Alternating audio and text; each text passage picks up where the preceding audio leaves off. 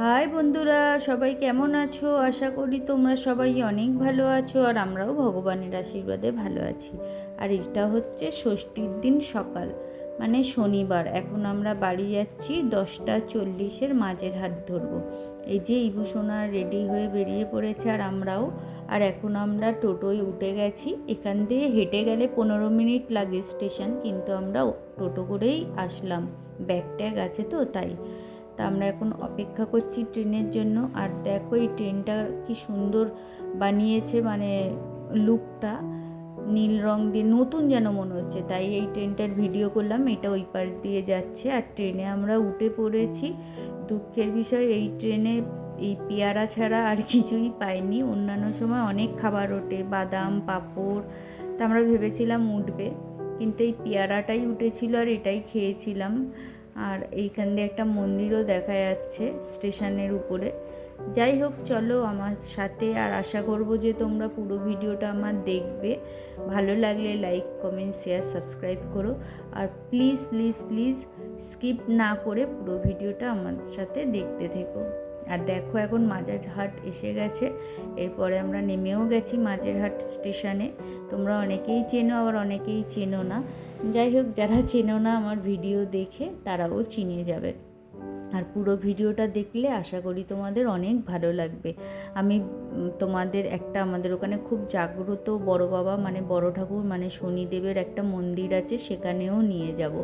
তার জন্য কিন্তু পুরো ভিডিওটা দেখো, আশা করি তোমাদের অনেক ভালো লাগবে। আর ইবুর বাবার একটা জরুরি ফোন এসে গেছে অফিসে, তাই ও ফোনে কথা বলে নিল। এইবারে আমরা অটোয় উঠে পড়েছি মাঝেরহাট থেকে, আর একটু বিস্কুট কিনে নিয়েছি, খিদে পেয়ে গেছিলো বলে। আর আমাদের মাঝেরহাট থেকে কম করে দুটো অটো পাল্টিয়ে যেতে হয়, মানে দুটো অটো পাল্টাতেই হবে। আর বাড়ি পৌঁছে গেছিলাম। মা লেবু, নুন, চিনি দিয়ে খুব সুন্দর শরবত বানিয়ে দিয়েছিল, সেইটা খেয়ে নিয়েছি, ভিডিও করা হয়নি। আর এখন মা সব সাজিয়ে নিয়েছে। আর আরেকটা কথা বলে রাখি, শনিবার কিন্তু আমরা নিরামিষ খাই, সেই জন্য জামাই ষষ্ঠী শনিবারে সব নিরামিষই করা হয়েছিল।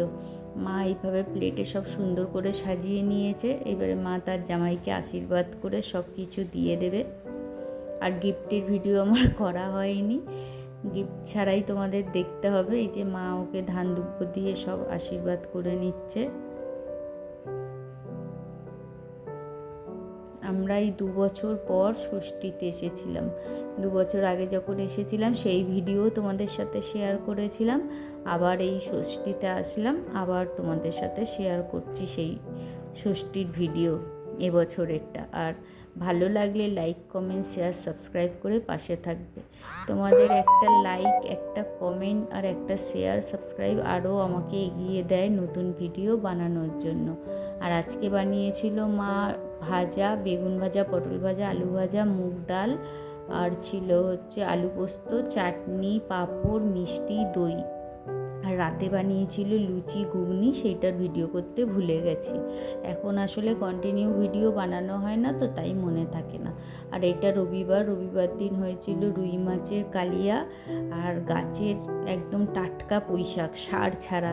আর পুঁইশাকগুলো এত টেস্টি, আর আমার মা এত সুন্দর রান্না করে কি বলবো। আর বাইরে এখন ঝেপ্পে বৃষ্টি হচ্ছে, রবিবার দিনে প্রচুর বৃষ্টি হয়েছে। আর মানে চারদিকে সবুজে সবুজ। আমার আবার বৃষ্টি খুব ভালো লাগে। আর দেখো আমাদের গাছে কত বড় বড় কাঁঠাল হয়েছে। আর এই দেখো জাম গাছ, অনেক জাম হয়েছে, অনেক। আর এই দেখো পুকুরে মাছ ধরা হয়েছিল, পুকুরটা ছেঁচে ছিল জল, এখন বৃষ্টিতে অনেকটাই ভরে উঠেছে।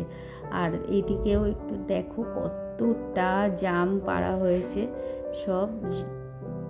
এর আগেও অনেক পাড়া হয়েছে, আবার পারলো বাবা, আমি এসেছি তাই। আর এই দেখো চিংড়ি মাছ দিয়ে, বড় বড় চিংড়ি, মাকে বললাম একটু কেটে নাও, অনেকটাই বড়। ওই চিংড়ি মাছ দিয়ে, পুঁই শাক দিয়ে, আলু দিয়ে তরকারি, এত সুন্দর খেতে হয়েছে না, কি বলবো তোমাদের। দেখো হয়েই এসেছে, আর একটু সকালে হয়ে যাবে। আর এই দেখো মাটনটা কিন্তু আমি রান্না করছি, মাটনটা হয়ে এসেছে, কষানো হয়ে গেছে, জল দিয়েছি, একটু ফুটলে তারপরে আমি এই হাঁড়ির চারদিকে আটা লাগিয়ে দম দিয়ে দেবো। এত ভালো হয় না হাঁড়িতে মাটন করলে, প্রেসার কুকার ফেল। এইটা করতে কিন্তু আমার 1.5-2 ঘন্টা লাগে মাটন। এইভাবে মা বললো মাটনটা তুই কর, ওর গন্ধটা আমার ভাল লাগে না। আমি বললাম ঠিক আছে, আমিই করছি। যাই হোক, এখন দেখো দুপুরের খাবার গোছানো হয়ে গেছে জামাইয়ের জন্য। আর এই শাক ভাজা, আর ওটা হলো লোটে মাছের ঝুড়ো, আমার সেজো মামি দিয়েছে, ওটাও খুব ভালো হয়েছিল। আর এখানে মাছের কালিয়া, আর আছে দেখো পুঁই শাক, পুঁই শাকটা খুব ভালো হয়েছে, খুব।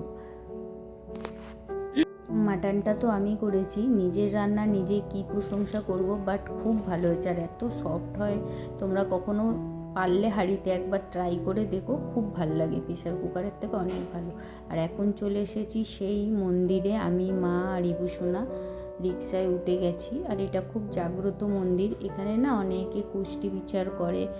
আর আমার ভাইয়েরও করা হয়েছিল আর আমারও করা হয়েছিল, উনি কিন্তু আমার বিষয়ে সব ঠিকঠাকই বলেছিল। আরও অনেক রেমেডিও দেয়, কারোর যদি কোনো কিছু প্রবলেম থাকে তারা যদি বলে। আর এই যে আমরা পৌঁছে গেছি, এখনও ঠাকুরমশাই আসেনি বলে আমরা একটু বাইরে অপেক্ষা করছি।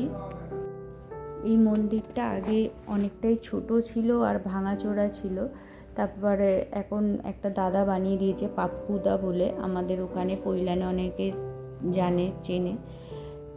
যাই হোক, চলো মন্দিরটা তোমাদের ভেতর দিয়েও দেখিয়ে দেবো, তার আগে ঠাকুরমশাইকে আসতে হবে, ঠাকুরমশাই আসলেই দেখিয়ে দেবো। আর এখানে আমি বাইরে দিয়ে যা দেখছি অনেক ঠাকুর আছে, আমিও এই ফার্স্ট টাইমই আসলাম। দেখো কত ঠাকুর, আর এখন অম্বুবাচী চলছে বলে সব মানে মাতৃ ঠাকুর যারা, তাদের মুখ ঢেকে দিয়েছে। আর এখন ভেতরে ঢুকে গেছি, আমি প্রদীপ আর ধূপকাঠি ধরিয়ে দিয়েছিলাম ঠাকুরমশাই বলেছেন বলে, তার জন্য উনি লাইটগুলো বেশি, যেগুলো লাইটের আলো সেগুলো কমিয়ে হালকা আলো করে দিয়েছে, সেই জন্যই এরকম লাগছে এখন আলোটা। বললো সন্ধেবেলায় সন্ধে পুজো দেওয়ার সময় হালকা আলোই ভালো, সেই জন্য। এখানে নবগ্রহ আছে, মানে রাহু, কেতু, বড় বাবা তো আছেই, সব যার যে ঠাকুরকে পুজো করার দরকার সে করতে পারে। আর এই মন্দিরটা কিন্তু খুবই জাগ্রত, আমি অনেক শুনেছি এই মন্দিরের বিষয়ে। তা তোমরা কেউ যদি কাছাকাছি থাকো পৈলানের, আসতে চাইলে আসতে পারো। আর এখানে ঠাকুরমশাই খুব ভালো কুষ্টি বানাতে পারে, চাইলে তার কাছে বানাতেও দিতে পারো।